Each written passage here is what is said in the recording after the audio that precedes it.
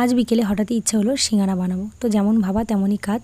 প্রথমে একটু ময়দা নিয়ে নিয়েছি, সাদা তেল দিয়ে ময়াম দিয়ে অল্প অল্প জল দিয়ে একটা ডো বানিয়ে নিয়েছি, কিন্তু কোনো রকম লবণ কিন্তু এখানে দিইনি। তারপর কড়াইতে তেল গরম করে 5 ফোড়ন দিয়ে দিয়েছি কোঁচা লঙ্কা আর একটু আদা গ্রেট করে।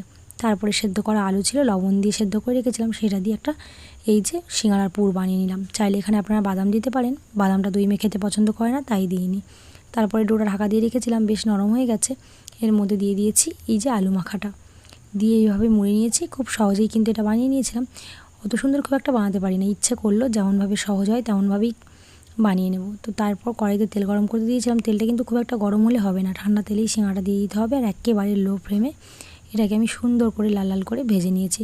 হাতে সময় নিয়ে একটু আস্তে আস্তে করতে হবে। বাবা যেহেতু আলু খান না, তাই বাবার জন্য 2টো নিমকিও বানিয়ে নিয়েছিলাম। খেতে কিন্তু বেশ সুন্দর হয়েছিল। খুব সিম্পলভাবে বানিয়েছিলাম, কিন্তু এতটাও সুন্দর টেস্ট হবে ভাবতেই পারিনি।